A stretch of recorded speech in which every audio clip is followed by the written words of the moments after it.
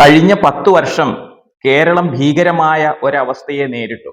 അന്ന് കൊലപാതകങ്ങളും കൊള്ളിവെപ്പും കൂട്ടിക്കൊടുപ്പും അഴിമതിയും തുടങ്ങി അനേകം ജനങ്ങളുടെ സ്വൈര ജീവിതത്തെ നശിപ്പിക്കുന്ന അനേകം പ്രശ്നങ്ങളെ ജനം നേരിട്ടു. അപ്പോഴും തമ്പ്രാൻ 10ഉം 40ഉം 50ഉം വാഹനങ്ങളുടെ അകമ്പടിയോടെ ഈ ഭൂതലത്തിൽ വളരെ ശബ്ദകോലാഹലങ്ങളോടെ സഞ്ചരിക്കുകയായിരുന്നു.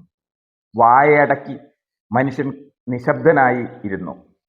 ആ നിശബ്ദതയിൽ നിന്ന് മോചിതനായി എന്ന് ജനങ്ങൾ ഏകകണ്ഠേന ആശ്വസിച്ച് UDF ഗവൺമെന്റിനെ അധികാരത്തിലേറ്റി.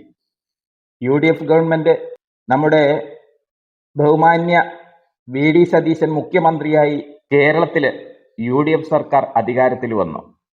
നമ്മളൊക്കെ വിചാരിച്ചു ഇനി ഇവിടെ അങ്ങ് സ്വർഗമാകുമെന്ന്. കിട്ടാവുന്നിടത്തോളം കാശുണ്ടാക്കി ഖജനാവ് ഞങ്ങൾ നിറയ്ക്കും എന്ന് നമ്മുടെ മുഖ്യമന്ത്രി പറഞ്ഞു.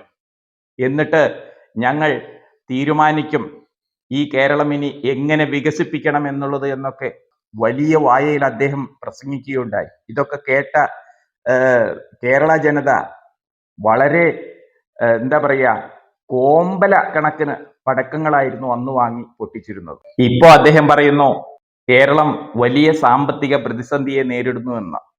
ഞാനൊരു കാര്യം പറയട്ടെ, നിങ്ങൾ 5 വർഷം ഭരിക്കേണ്ടതുണ്ട്. 5 മാസമേ ആയിട്ടുള്ളൂ.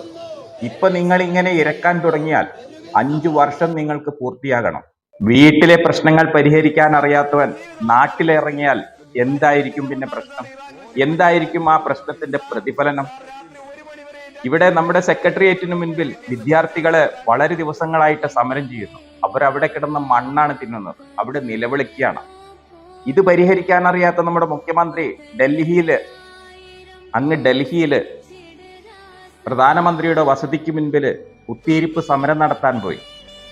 ഈ കോക്രോച്ച് ജനതാ പാർട്ടി എന്ന് പറയുന്ന ഈ അക്രമികൾ അവർ കാണിച്ചിട്ടുള്ള അക്രമങ്ങളെ പ്രോത്സാഹിപ്പിക്കാനും അവരുടെ ആവശ്യങ്ങൾ നിറവേറ്റാനും വേണ്ടിയിട്ടായിരുന്നു.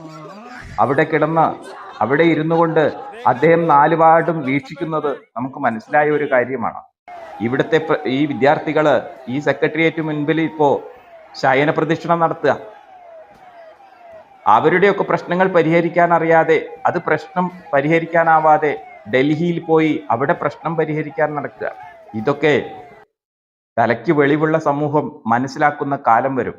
നിങ്ങൾക്ക് ഇതൊന്നും അറിയില്ല എങ്കിൽ നിങ്ങൾ ഇതൊക്കെ ഉപേക്ഷിച്ച് പോകുന്നതാണ് നല്ലത്. നല്ല ആൺകുട്ടികൾ ഇവിടെ ഭരിക്കാൻ അറിയാവുന്നവരുണ്ട്. ഇപ്പൊ BJP